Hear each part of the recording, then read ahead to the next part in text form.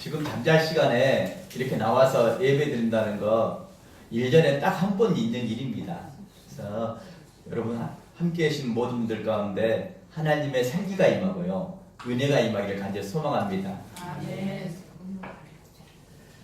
하나님은 우리를 살아나게 하시는 분입니다. 하나님의 영은 살리는 영이에요.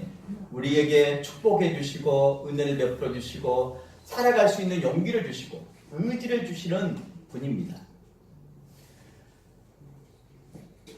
주의 말씀대로 살아갈 때 우리가 살아나게 되는 그 역사를 겪게 될 줄 믿습니다.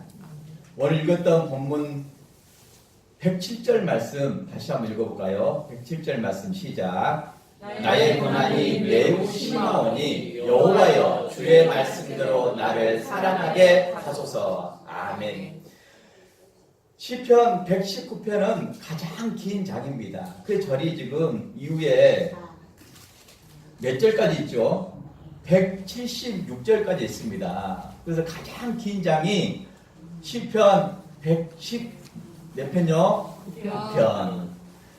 그 중에서도 107절 말씀, 나의 고난이 매우 심했다라고 말합니다. 그런데 여호와의 주의 말씀대로 여호와여 주의 말씀대로 나를 살아나게 하소서라고 말씀합니다. 주의 말씀은 그 맛이 꿀보다 달다고 말합니다. 꿀처럼 다니까 그 말씀이 꿀처럼 다가오면 자기 속에 있는 그 고난의 아픔들이요 치유가 되는 거예요. 우리가 고난 가운데 있다는 것은 상처입니다. 상처가 우리 안에 있어요. 가난이라는 상처가 우리 안에 있을 수 있고요. 또 질병이라는 상처가 우리 안에 있을 수 있어요. 또 관계에서 있었던 그 서운함들, 섭섭함들, 그것이 내 안에 상처로 있습니다. 그것이 고난이죠. 그게 힘든 거예요.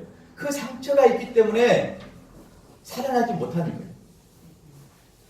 생활을 하고 있는데 어느 순간에 그 상처가 다시 드러나는 겁니다. 근데 주의 말씀이 꿀처럼 달면요, 그 상처가 치유가 된다는 거예요.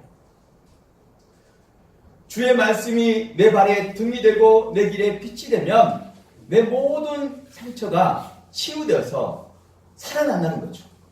내 혼도, 내 영도, 내 육신도 살아난다는 거예요. 살아나게 된 줄 믿습니다.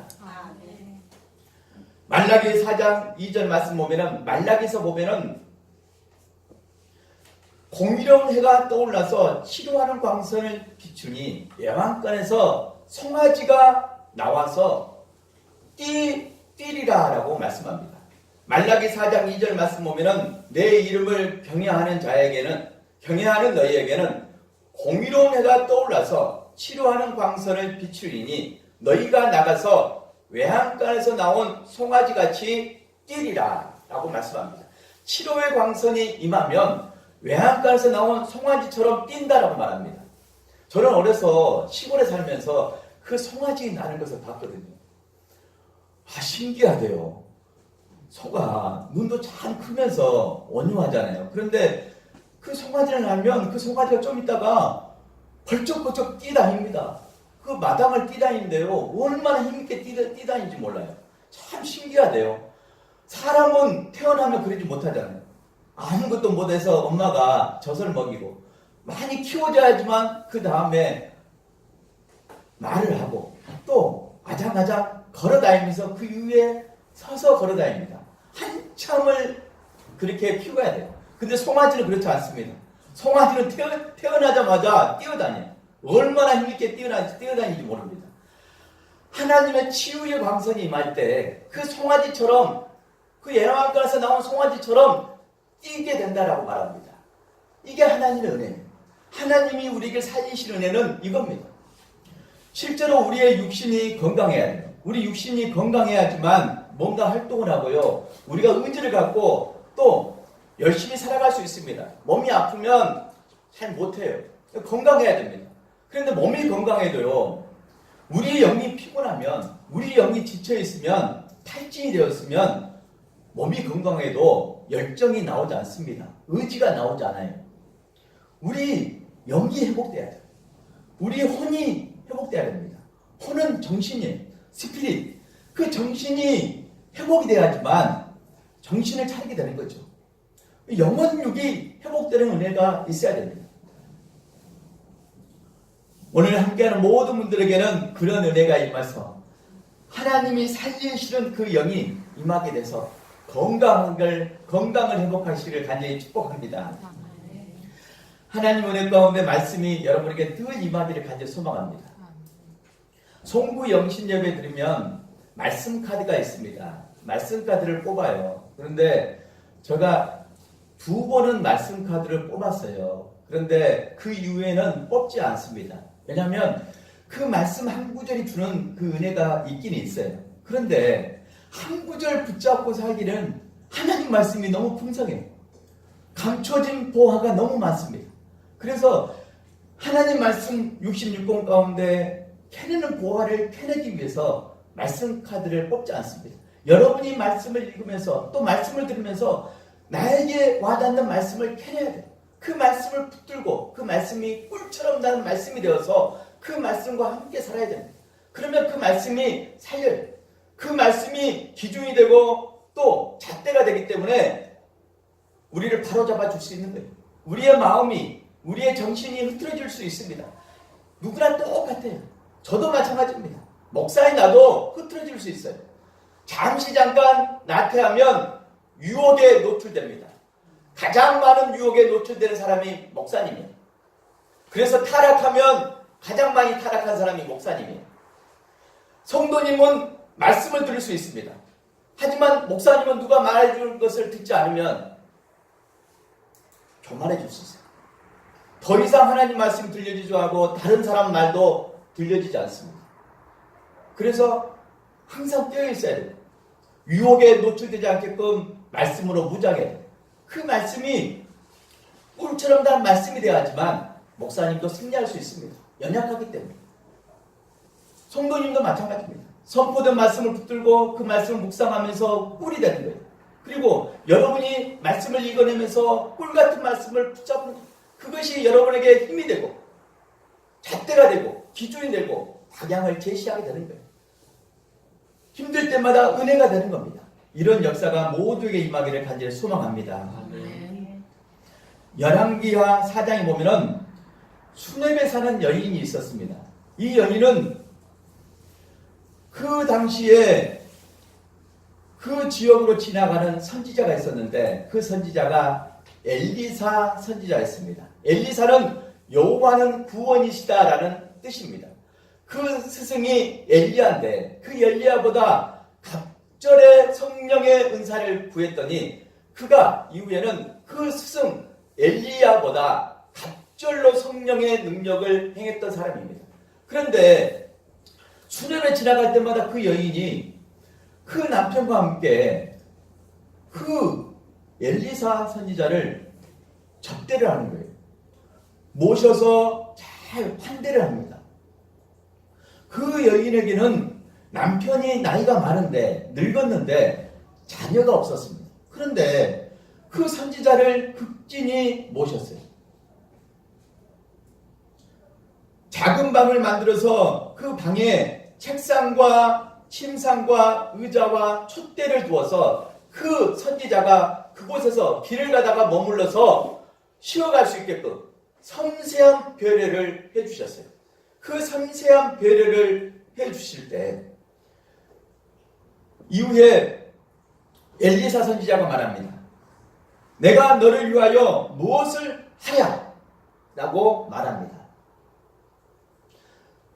이후에 그 가정 형편을 그 엘리사는 알지 못했어요. 그런데 그 엘리사 선지자의 사환이 있었습니다. 종이 있었는데 그 사환이 게하시예요. 그 게하시에게 물었더니 그 집안 형편을 말해줍니다. 그 집에 남편은 나이가 많은데 아이가 없다라고 말합니다. 이 말을 들었던 선지자가 기도했습니다. 그리고 그 여인에게 내년 이맘때에 자녀가 있을 것이다. 아이를 낳을 것이다. 말해줍니다. 그리고 이후에 1년이 지나서 아이를 낳아요. 아이를 낳는데 이후에 그 아이가 크면서 머리야 머리야 라고 말합니다. 머리가 아팠어요. 머리가 아팠는데 그 아이가 죽었어요. 이 여인이 상처를 입었습니다. 극진히 선지자를 모셨는데 또 그 은혜 가운데 아이를 낳았는데 그 아이가 머리가 아프다고 죽어버렸어요. 이 소식을 이후에 멀리 떨어졌던 그 엘리사 선지자가 듣고 그 집까지 수렵까지 찾아갑니다. 그리고 그 아이를 내게 달라라고 말하면서 그 아이에게 그 눈을 그 아이의 눈에 맞추고 그 입술을 선지자 입술을 그 아이에게 맞춰서 기도할 때 그 아이가 7번 재채기를 하고 눈을 떴다라고 말합니다. 열왕기하 4장 35절 말씀에 아이가 7번 재채기하고 눈을 뜨는지라 라고 말씀합니다. 7번 재채기하고 눈을 떴어요. 살아났습니다. 하나님의 은혜 가운데 살리는 역사가 임해서 그 아이가 살아났어요.